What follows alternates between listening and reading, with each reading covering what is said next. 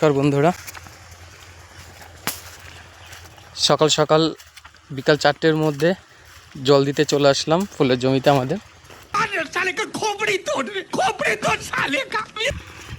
চাষবাসের একটা সিজন, একটা সময় থাকে যে সময়টাতে আমরা খুব ব্যস্ত হয়ে পড়ি।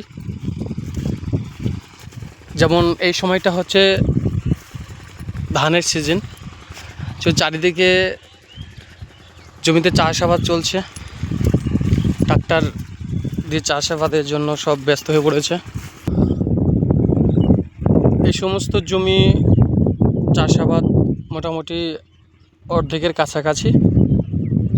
2 দিন থাকবে, জমিটাকে আরও উর্বর করবে, কাদানি করবে, তারপরে ধানগুলো পুঁতবে।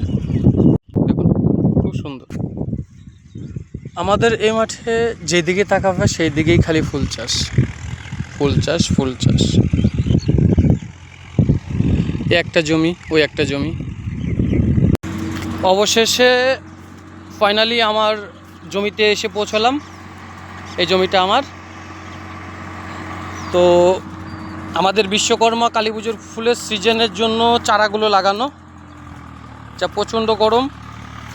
এই গরমে সব চারাগুলো মাটিতে হেলে পড়েছে, এর জন্য জল দেবো ভাবছি, কিছুক্ষণের মধ্যে ছাড়বো।